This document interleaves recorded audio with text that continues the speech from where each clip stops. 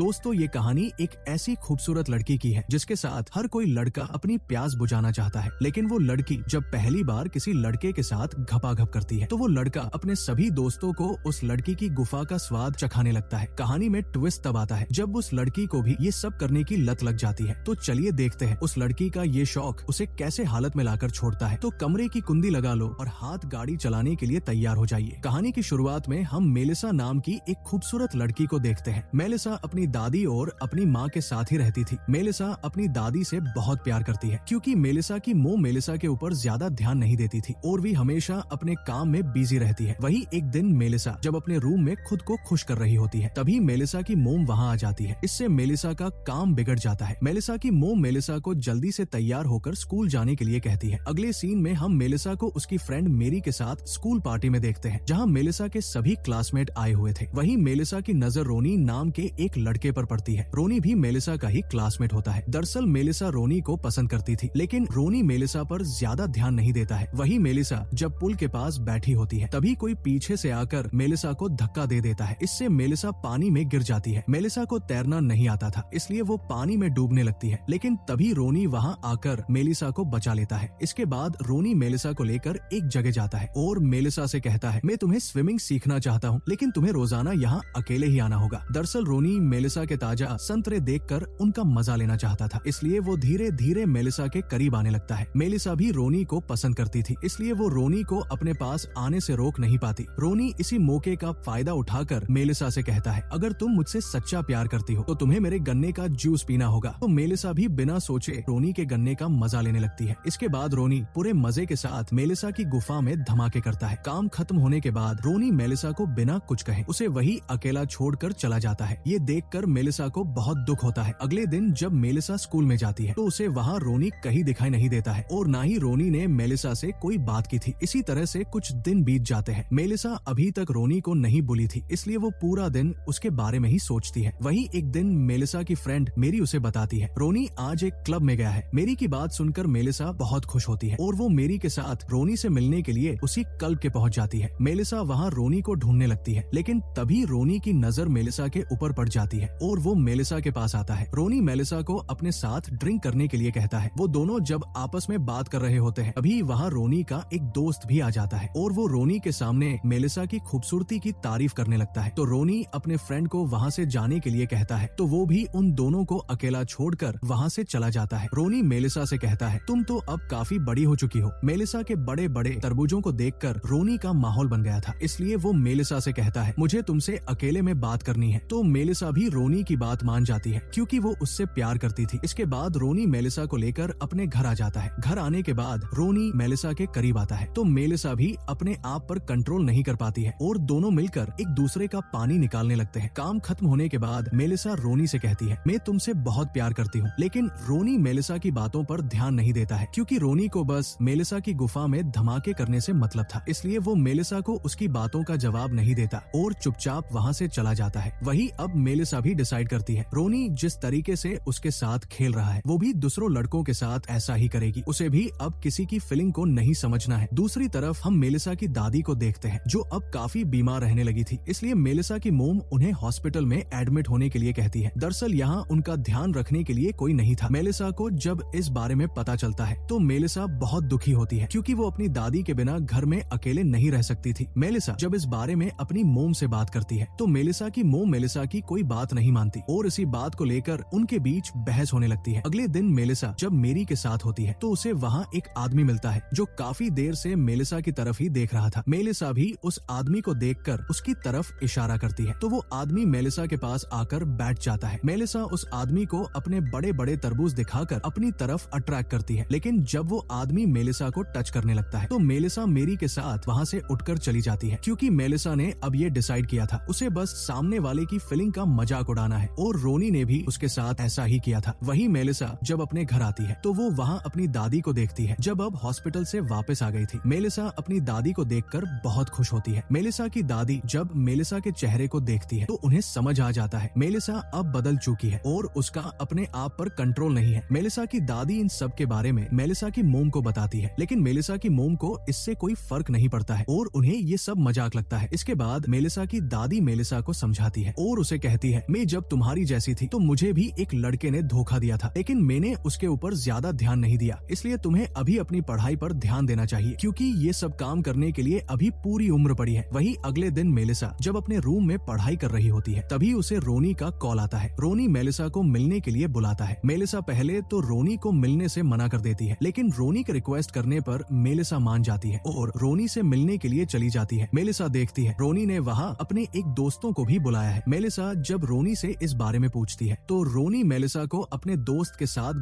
गफ करने के लिए कहता है। रोनी की बात सुनकर मेलिसा को उसके ऊपर बहुत गुस्सा आता है और वो वहाँ से जाने लगती है, लेकिन रोनी मेलिसा को रोक लेता है और उसे प्यार से समझाता है तो मेलिसा भी ये सब करने के लिए मान जाती है। इसके बाद रोनी और उसका दोस्त मिलकर मेलिसा की गुफा का स्वाद लेते हैं। वही अब मेलिसा को भी ये सब करने में मजा आने लगा था, इसलिए वो एक वेबसाइट पर अपना अकाउंट बनाती है और नए नए दोस्तों के साथ अपनी बातों को शेयर करती है। एक दिन मेलिसा जब स्कूल जाती है तो स्कूल में उसे एक आदमी मिलता है। वो आदमी मेलिसा के साथ मजे करना चाहता था, तो मेलिसा उसके मन की बात समझ जाती है और उसे भी अपनी गुफा का स्वाद चखाती है। इसके बाद मेलिसा जब अपनी क्लास में जाती है तो वो देखती है उसके सभी दोस्त उसकी डायरी को पढ़ रहे हैं जिसमें मेलिसा अपनी लाइफ की सारी बातें लिखती थी। ये देखकर मेलिसा उनकर ऊपर बहुत गुस्सा होती है और अपनी डायरी लेकर घर आ जाती है। घर आने के बाद मेलिसा देखती है उसकी दादी किसी आदमी के साथ बैठी हुई है। ये देखकर मेलिसा बहुत खुश होती है क्योंकि उसकी दादी को अब उनका जीवन साथी मिल गया था। इससे मेलिसा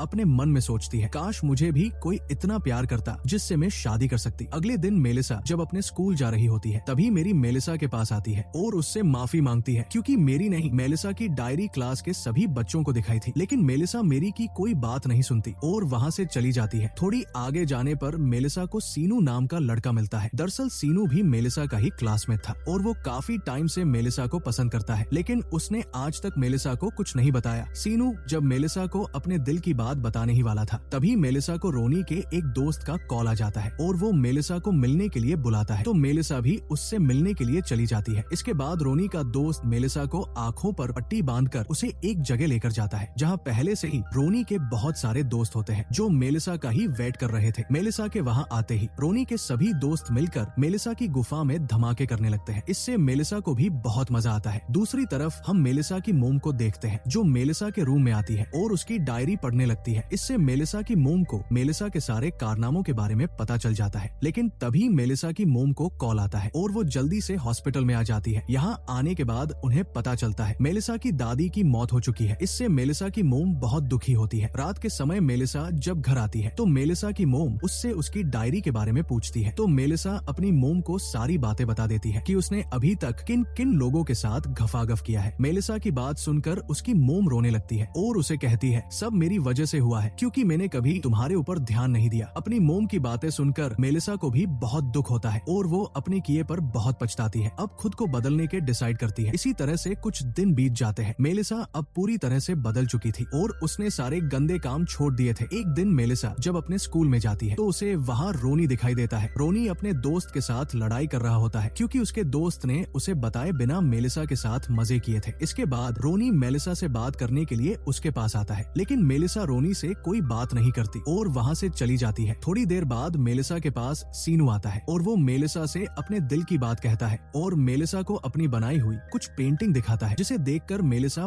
बहुत खुश होती है। मेलिसा और सीनू जब आपस में बात कर रहे होते हैं तभी रोनी भी उनके पास आ जाता है। रोनी मेलिसा को आज रात उसके घर आने के लिए कहता है, तो मेलिसा उसे वहाँ आने से मना कर देती है। तो रोनी मेलिसा को अपनी बातों से गर्म करने लगता है, लेकिन मेलिसा फिर भी रोनी की कोई बात नहीं मानती। अगले सीन में हम मेलिसा को उसकी मोम के साथ देखते हैं। मेलिसा अपनी मोम के साथ बहुत खुश होती है और वो दोनों अपनी दादी की कब्र पर फूल चढ़ाने के लिए जाते हैं और इसी सस्पेंस के साथ इस मूवी की एंडिंग हो जाती है। दोस्तों, अगर आप ऐसी और वीडियो देखना चाहते हो तो हमारे चैनल को सब्सक्राइब करना ना भूले। Thanks for watching.